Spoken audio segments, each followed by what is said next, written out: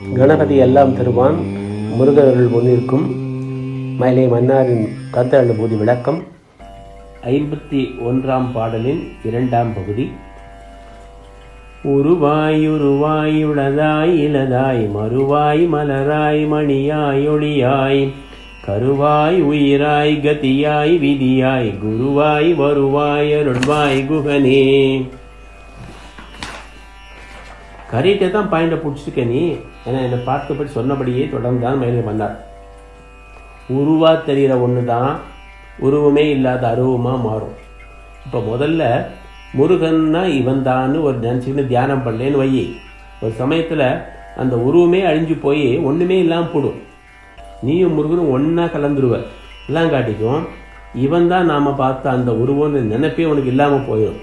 அப்போது அந்த டயத்தில் உரு எது அரு எதுன்னு உனக்கே புரியாத ஒரு நிலை உனக்குள்ளே வந்து முட்டிக்கும். அதான் காட்டிக்கு திருவுருளே குருவாக வரும். எதிர்த்தாப்பில் இருக்கிற குருவே உனக்கு திருவுருளாக தெரியும். இந்த நிலை தான் அனுபூதி. திருவுருளே குருவாக வந்து முன்னாடி நிற்கும், அல்லது எய்த்தாப்பில் இருக்கிற அந்த குரு தான் அந்த திருவுருள்னு உனக்கு புரிஞ்சிடும். இந்த நிலை தான் அனுபூதி. புரிய வைக்கிறதுக்கு தான் இத்தனை உதாரணமும் சொல்லி படுத்துறாரு அருணகிரியார். ஏன்னா அவருக்கு புரிஞ்சிருச்சு. குருவா எதிர்த்தாப்பில் வந்து நிற்கிறான் முருவன். குருவா வந்தவனே திருவாவும் தெரியலாம். குருவா திருவா உருவா அருவான்னு புரிஞ்சும் புரியாமலும் ஒரு நிறைய ஒரு செகண்ட் தத்தளிக்கிறாரு அருணகிரியார். ஆனால் காண்டிக்கு உடனே முருகன் தெளிய வச்சிடுறார். அனுபூதினா என்னான்னு புரிஞ்சிருது இவருக்கு.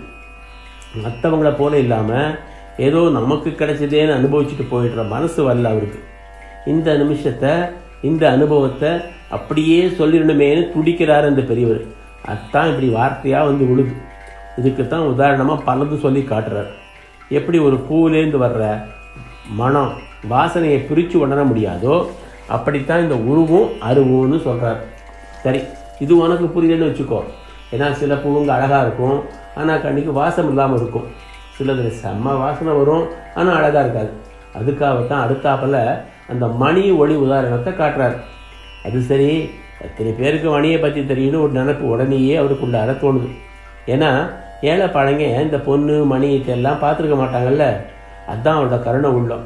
எப்படியாச்சும் சொல்லி எல்லாருக்கும் வழங்கி வச்சிடணுமேன்னு இந்த நிமிஷத்தைன்னு தவிக்கிறார். எல்லாம் ஒரு கனவு மாதிரி ஒரே ஒரு செகண்டு தான் தங்கும். அந்த நொடியை பிடிச்சிக்கணும். அத்தை விட்டா பாலிக்கா அது எப்படி இருந்துச்சுன்ற நினப்பு கூட தங்காது.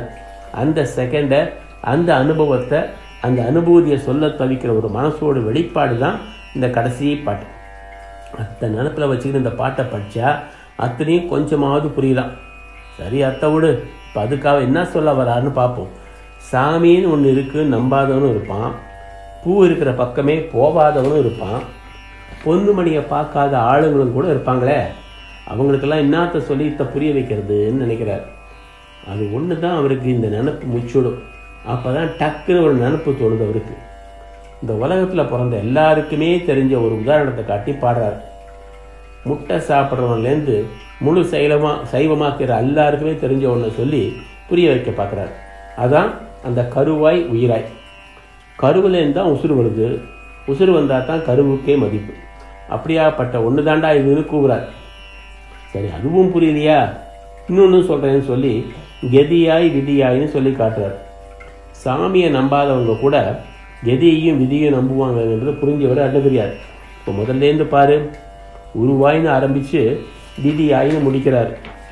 நம்புறவன் நம்பாதவன், இருக்குன்னு சொல்கிறவன் இல்லைன்னு சொல்கிறவன் அத்தனை பேருக்குமே இந்த அனுபவத்தை சொல்லணும்னு தவிக்கிற அவரோட நல்ல மனசு உனக்கு புரிய வரும். அதெல்லாம் சத்தான் எத்தனையும் சொல்லிட்டு இன்னும் அந்த கடைசி வரைக்கும் வள்ளியன் தானே பார்க்குற என சிரித்தான் மயிலை மன்னார். ஆமாம் மன்னார், ஏன்னா எல்லோர் குரல்களும் ஒரு சேர ஒலித்தன.